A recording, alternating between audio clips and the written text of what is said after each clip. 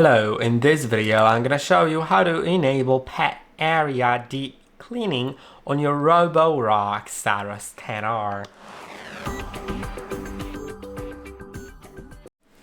To clean the pet area better, you need to go to the settings, then go to your floor cleaning setting.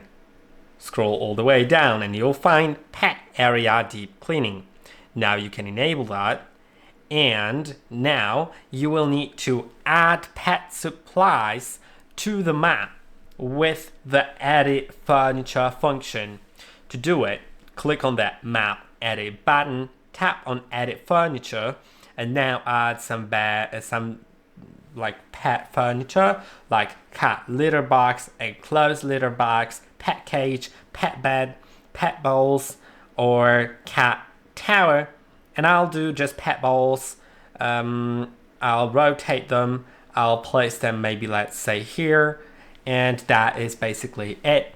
So let's save it. Let's click on OK. And